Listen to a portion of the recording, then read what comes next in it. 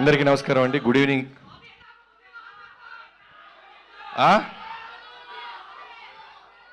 ఒకటి చెప్పండి. అంటే ఇందాక హీరోయిన్ ఎక్కితే అమ్మాయి ఎవరెక్కినా ఐ లవ్ యూ అన్నారు, మాకేదో అరుస్తున్నారు. అది తక్కువ మాట్లాడతాను, ఎక్కువ అరిస్తే కన్ఫ్యూజ్ ఉన్నది పోద్ది. ఫ్యాన్స్ అందరికీ, మాస్ మహారాజ్ గారి ఫ్యాన్స్ అందరికీ నమస్కారం. నాకు ఎప్పుడు రవితేజ గారిది ఏ ఈవెంట్ ఉన్నా పిలిచినా పిలవపోయినా నాకే వచ్చేయాలనిపిస్తుంది. ఎందుకంటే 2014 మీ అందరికి గుర్తుందో లేదో, ఇవాళకి నేను ఎన్ని సినిమాలు తీసినా, ఎన్ని బ్లాక్ బస్టర్లు తీసినా, ఆ ప్రోమో అన్నా నీలాంటి ఒకడు ఉండాలి ఇండస్ట్రీకి, ఎంతోమంది ట్రైన్లోకి వచ్చిన అసిస్టెంట్ డైరెక్టర్ చేసే ఒక వీసా మీరని చెప్పాను. అలా ఇవాళ రోజున ఎంతోమంది డైరెక్టర్లు మేము ఏ సినిమాలు చేసినా నువ్వు పెట్టిన భిక్షే అన్నా, మీరు అవునన్నా కాదన్నా, వీ లవ్ యూ ఆల్వేస్.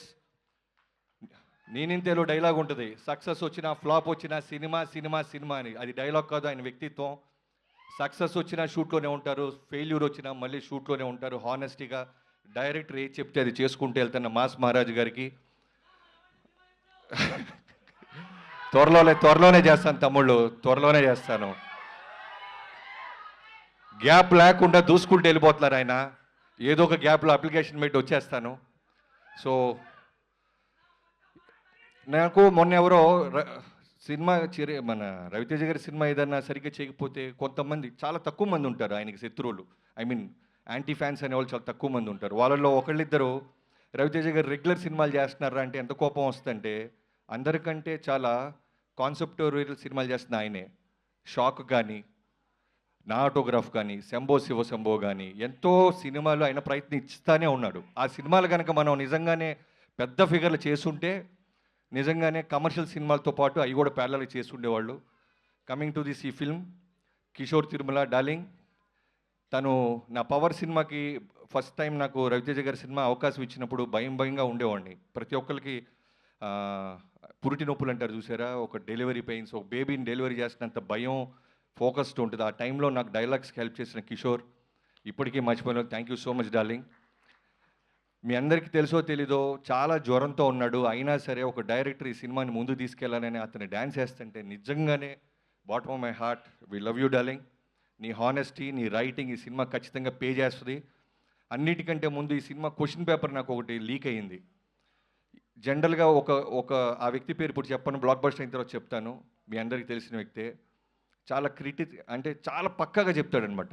నేను రవితేజ గారి సినిమా ఏది వచ్చినా ఫస్ట్ అన్నీ అడుగుతాను ఎలా ఉందని. అలాంటిది ఈ సినిమా రాత్రి చూడటం జరిగింది. అతను చాలా ఎక్స్ట్రాడినరీగా ఉందని చెప్పాడు ఆ సినిమా. ఖచ్చితంగా ఈ సినిమా బ్లాక్ బస్టర్ అంటానని ఇదే బెస్ట్ ఎగ్జాంపుల్. చాలా కాన్ఫిడెంట్గా చెప్తాను ఈ సినిమా బ్లాక్ బస్టర్ అవుద్ది. పూర్ణంగా లోడింగ్ చేద్దాం. So coming to the heroines, ఇద్దరు అమ్మాయిలు చాలా బాగా చేశారు, ఆషికా గారు అండ్ డింపుల్ గారు.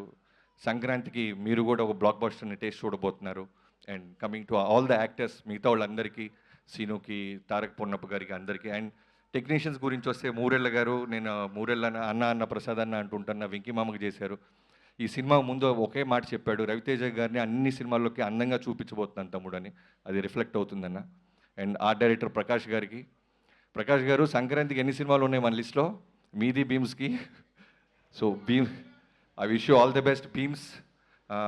ఒక పక్క చిరంజీవి గారి సినిమా పాటలు బ్లాక్ బస్టర్ అయినాయి, అలానే ఈ సినిమాలో పాటలన్నీ బ్లాక్ బస్టర్ అవుతున్నాయి.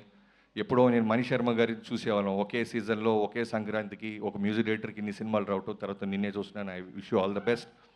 అండ్ సుధాకర్ గారు సింపుల్గా మాట చెప్పేసి వెళ్ళిపోయారు. మీకు సింపుల్గా ఫ్యాన్స్ బ్లాక్ బస్టర్ సింపుల్గా రిటర్న్ ఇస్తారు. I wish you all the best. ఎవరైనా మర్చిపోతే క్షమించండి. Thank you so much. Thank you so much. సభాముఖంగా ఈరోజు భర్త మహాశైలకు విజ్ఞప్తి సినిమా కాబట్టి మీ ఆవిడికి ఏమైనా మీరు చెప్పాలనుకుంటున్నారా? మా ఆవిడికి నేను ఫోన్లో చెప్తాను, ఎందుకు మైక్లో. ఓకే, కానీ మీరు ఒకవేళ పార్టీకి లేట్ అవుతుంది అని చెప్పాలి, ఒప్పించాలంటే ఏం చేస్తారు? వేరే భర్తలకు కొంచెం అడ్వైస్. ఏమండి, మగాళ్ళందరూ మొగుళ్ళందరూ ఒకటే, బయట తోపులైనా సరే భార్యల దగ్గర బెండ్ అయి ఉంటాం అంతే. అది okay, yeah, got it. Very క్లీన్గా క్లియర్గా అందింది. Thank you so much.